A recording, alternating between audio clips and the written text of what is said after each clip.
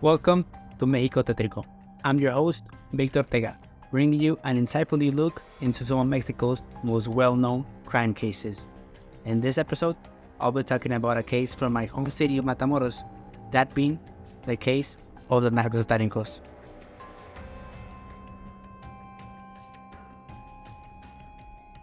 This case began in 1983 in the arrival of Jesus Constanzo to Mexico City.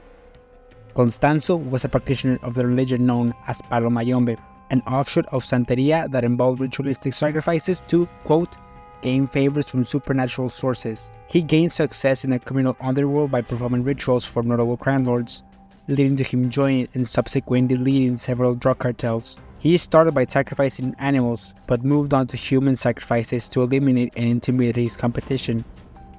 For this sadistic practice, his group would retroactively be called the Narcosatanicos. With this, he managed to control part of the drug trade in Mexico City, but Constanzo had more ambitious plans. To expand his illegal drug enterprise, he sought to establish himself close to the American border. This growth led to his arrival to Matamoros, closely followed by a rise in disappearances and murders in the city.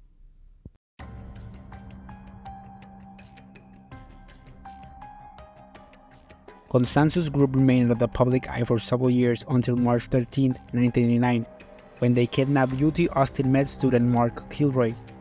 This single event started an international manhunt for Kilroy. Mexican and American authorities had little to no leads for weeks, but that would change on April 1st. A member of Constanzo's group, Serafin Hernandez, sped past a police checkpoint after believing himself to be invisible. Serafin would be chased and detained by the Matamoros police. During his interrogation, he would reveal the extent of the group's brutal actions, while also revealing that there were several bodies buried in a ranch owned by them.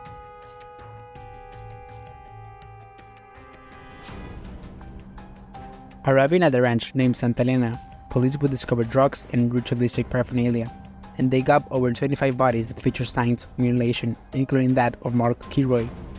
After his base of operation was busted, Constanzo fled to one of his properties in Mexico City, where he would later die in a shootout with police. Matamoros would be in the spotlight of this case. The possible dangers of the cartel's strained relationships between nations, which greatly affected the local Mexican economy.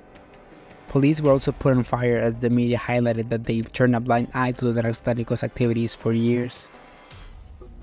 This has been the case of the Narcosatanicos, a landmark tale here in my city of Matamoros, Tamaulipas. Once again, this is México Tétrico with Victor Ortega. Hope you enjoyed today's episode. Thank you very much for listening, and goodbye.